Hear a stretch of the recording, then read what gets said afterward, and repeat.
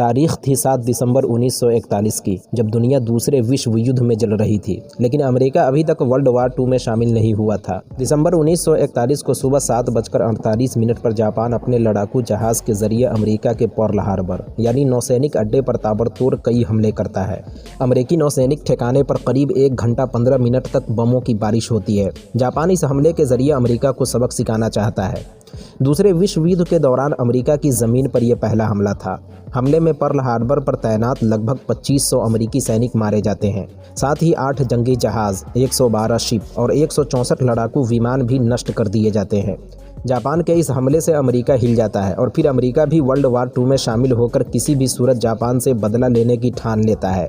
America Pacific ocean में मौजूद Japanese submarine पर हमले के लिए अपने कई एयरक्राफ्ट भेजता है, जो एयरक्राफ्ट समुद्र में जैपनीज सबमरीन को पूरी तरह से नष्ट कर देते हैं।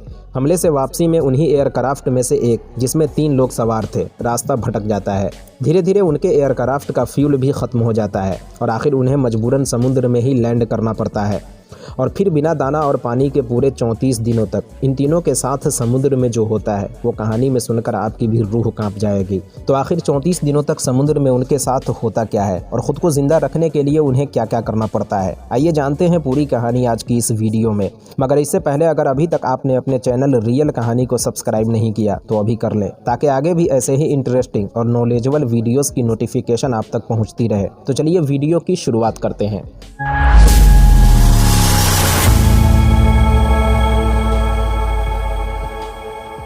7 दिसंबर 1941 को जब जापान अपने लड़ाकू जहाज़ के जरिए अमेरिका के पर्ल हार्बर पर हमला करता है तो इस हमले में अमेरिका को बहुत नुकसान उठाना पड़ता है।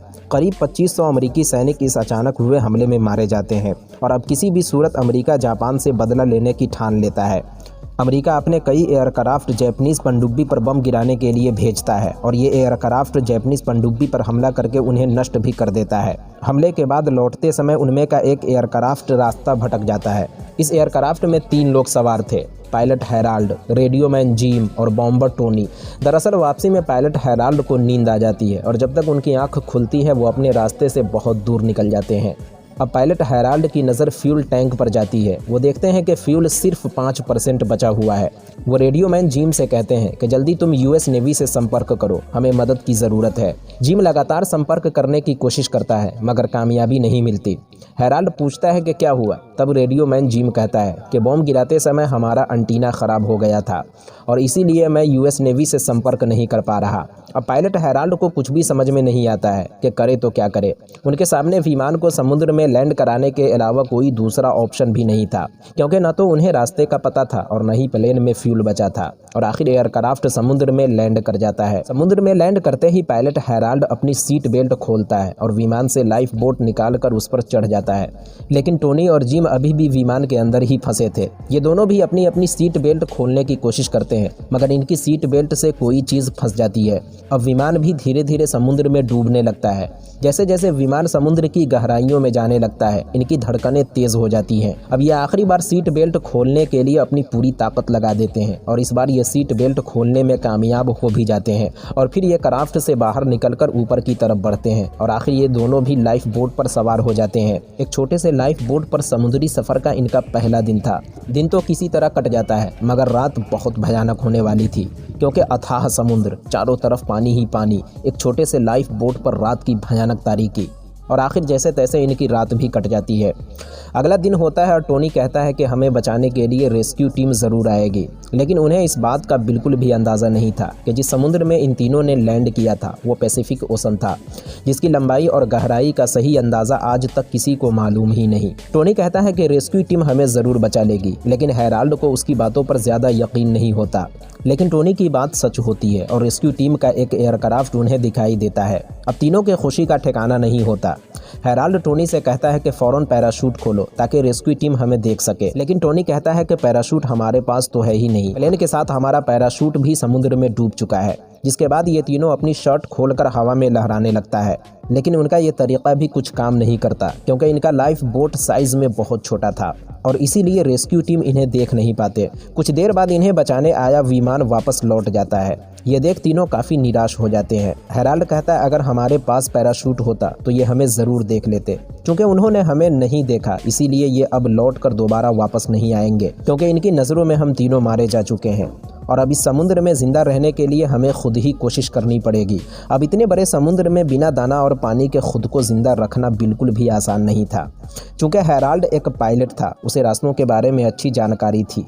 वो अनुमान लगाता है और कहता है कि अभी हम लोग हवाई आइलैंड से 900 मील की दूरी पर हैं और अगर इसी तरह हम चलते रहे तो 1 हफ्ते बाद हम वहाँ तक पहुँच जाएंगे।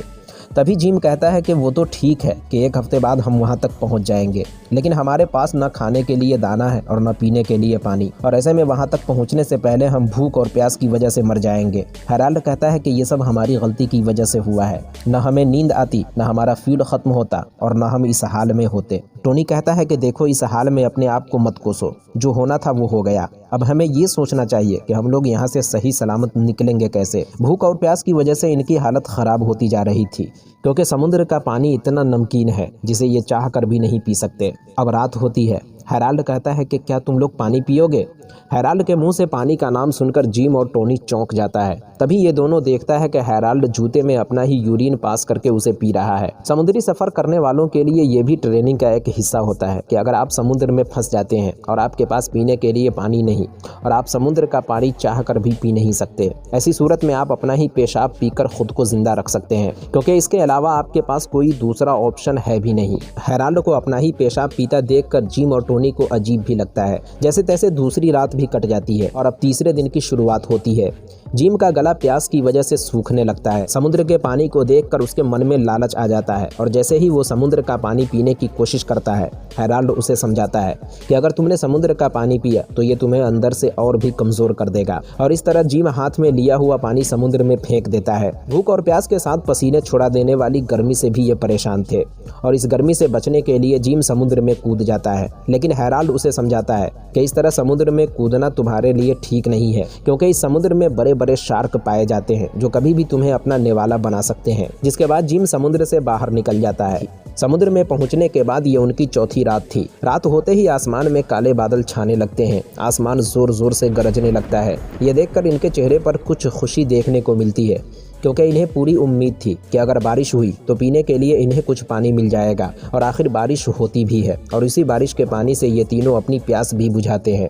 प्यास तो इनकी बुझ जाती है, लेकिन कई रोज़ से भूखे होने की वजह से इनका शरीर कमज़ोर होने लगता है। ये सोचते हैं कि किसी तरह मछलियों का शिकार किया जाए, ताकि कच्ची मछलियाँ ही सही, लेकिन उसे खाकर अपने पेट की आग बुझा सके। लेकिन मछली पकड़ने के लिए कांटा चाहिए, जो उनके पास था नहीं। और तभी हेराल्ड अपने गन से स्प्रिंग निकाल कर एक कांटा बनाता है और एक धागे से बांधकर उसे समुद्र में फेंक देता है।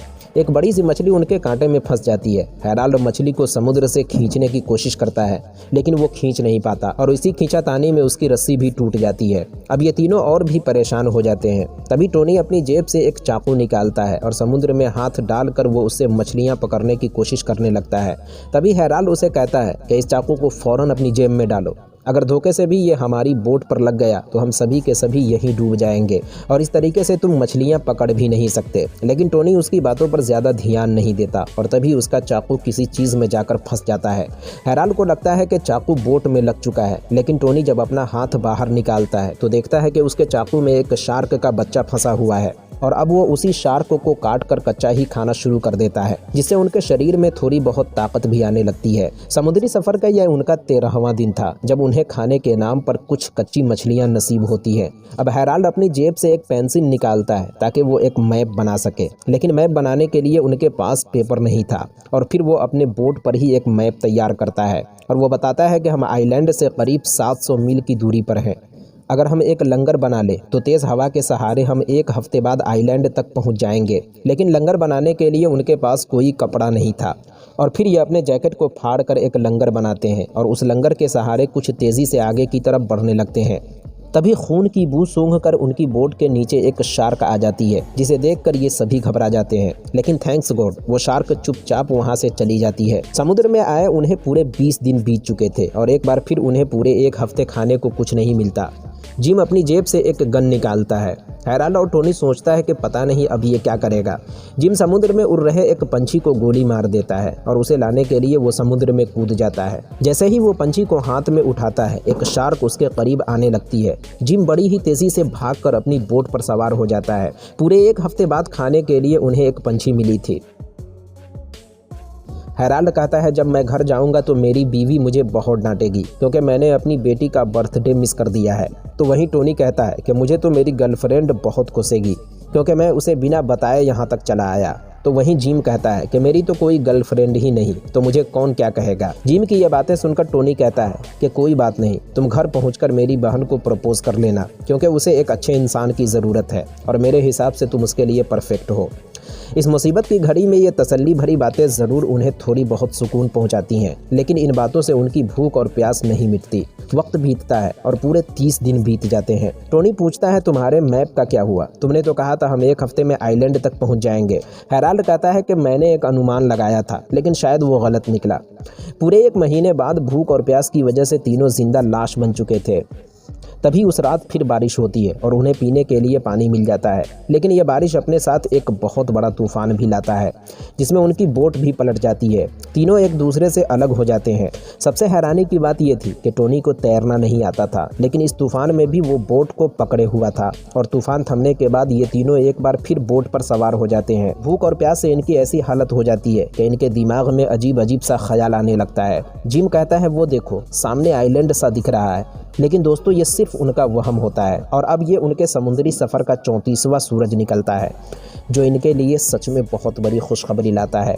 उन्हें दूर एक आइलैंड दिखाई पड़ता है, लेकिन हवा के सहारे उनकी बोट दूसरी तरफ जा रही थी। ये सोचते हैं कि अगर हम इस आइलैंड से दूर हो गए तो शायद दूसरी आइलैंड हम देख भी ना पाएं। ये अपने जूते की शोल निकालते हैं और उसी शोल के सहारे पानी को काटते हुए ये आइलैंड तक पहुंच जाते हैं और जैसे ही उनका कदम ज़मीन पर पड़ता है, खुशी के मारे ये बेहोश हो जाते हैं क्योंकि इतने बड़े समुद्र में बिना खाए और पिए एक छोटे से बोट पर पूरे 34 दिन गुजारना सच में आसान नहीं था, मगर उन्होंने ऐसा करके दिखा दिया। कुछ देर बाद उन्हें होश आता है तो अपने आप को ये तीनों एक हॉस्पिटल में पाते हैं क्योंकि उन्हें बेहोश देखकर कुछ लोग उन्हें हॉस्पिटल लेकर पहुंच जाते हैं। इनका इलाज होता है और इलाज के बाद ये अपने घर लौट जाते हैं। वादे के मुताबिक जिम टोनी की बहन से शादी भी करता है और उनकी बहादुरी के लिए उन्हें बहुत सारा इनाम भी मिलता है। इस कहानी से हमें बहुत कुछ सीखने को मिलता है कि वक्त चाहे कितना बुरा भी क्यों ना हो, अगर हम हिम्मत से काम लें तो ज़रूर ये बुरा वक्त हमसे दूर हो जाएगा। तो दोस्तों आज की वीडियो में बस इतना ही। वीडियो कैसी लगी कमेंट बॉक्स में ज़रूर बताएं और ऐसे ही और भी वीडियोस देखने के लिए चैनल को ज़रूर सब्सक्राइब करें। मिलते हैं एक नई वीडियो के साथ, जब तक के लिए अपना ख्याल रखें।